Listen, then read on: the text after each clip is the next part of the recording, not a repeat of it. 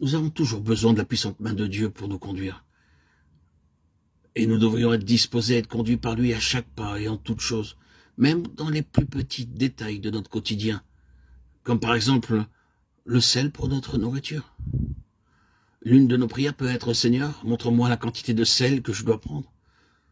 À ce propos, les jeunes sœurs sont souvent trop orgueilleuses pour tenir compte de la vie de plus âgés. Et dans ces conditions, la nourriture sera trop salée et de ce fait immangeable. Quand nous consultons quelqu'un, nous pouvons éviter des erreurs. Dieu nous promet de nous conduire inlassablement et de satisfaire nos âmes assoiffées. Même en cas de pénurie de nourriture due à la famine, le peuple de Dieu ne doit point craindre de mourir de faim. Dieu bénira la moindre nourriture qu'il lui donnera.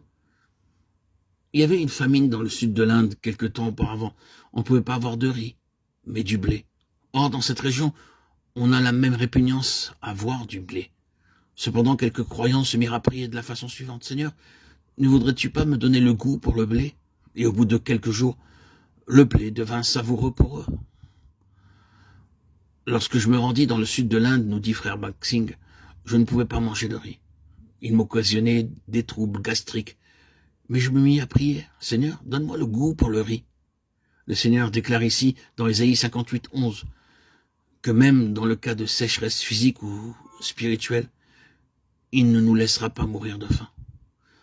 On peut avoir du plaisir avec n'importe quelle sorte de nourriture.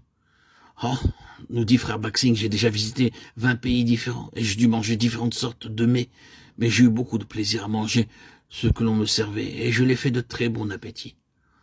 On peut savourer n'importe quelle nourriture par la prière. Même les croûtes de pain peuvent devenir savoureuses.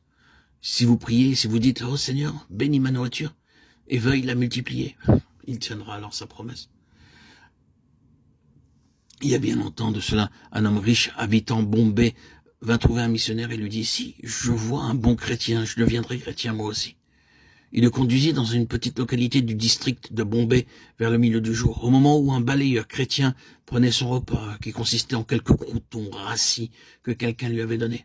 Ce n'était pas du mouton, ni du curry, ni quelque autre mets savoureux, délicieux.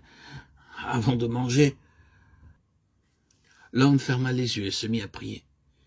Il remerciait Dieu pour la nourriture qu'il lui avait donnée, et tous deux purent constater au visage rayonnant du balayeur qu'il remerciait Dieu de sa grâce à son égard et du fait d'avoir pourvu à ses besoins. L'homme riche devint chrétien lorsqu'il commença à voir ce que l'amour du Seigneur Jésus peut faire. Il y a trop d'autres gens auxquels vous pouvez donner n'importe quoi et qui ne sont jamais satisfaits. Et ceux principalement qui ont des tâches et des travaux peu pénibles murmurent et réclament le plus. Apprenez à être reconnaissant pour tout ce que vous recevez. Remerciez le Seigneur.